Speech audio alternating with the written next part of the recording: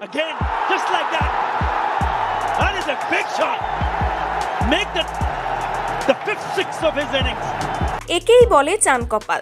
জাতীয় দলে অনবদ্য পারফরমেন্স করে এবার সিপিএল থেকে ডাক পেল জাকের আলী অনিক। দর্শক, জাতীয় দলের সাবেক কোচ চন্ডিকা হাথুরু সিং এর বিরুদ্ধে অনেক অভিযোগের একটি ছিল তিনি ঘরোয়া ক্রিকেট দেখতেন না। কানাঘুষা শোনা যেত বাংলাদেশের ঘরোয়া ক্রিকেটের যে মান, তাতে সেখান থেকে আন্তর্জাতিক মানের ক্রিকেটার তৈরি সম্ভব নয়। বিপিএলকে তো একবার তিনি সার্কাস বলে উপহাসও করেছিলেন। সেই বিপিএল থেকেই জাতীয় দলে উঠে এলেন জাকের আলী অনিক, যার আন্তর্জাতিক ক্যারিয়ারের শুরুর দিনগুলো কেটেছে দুঃস্বপ্নের মতো।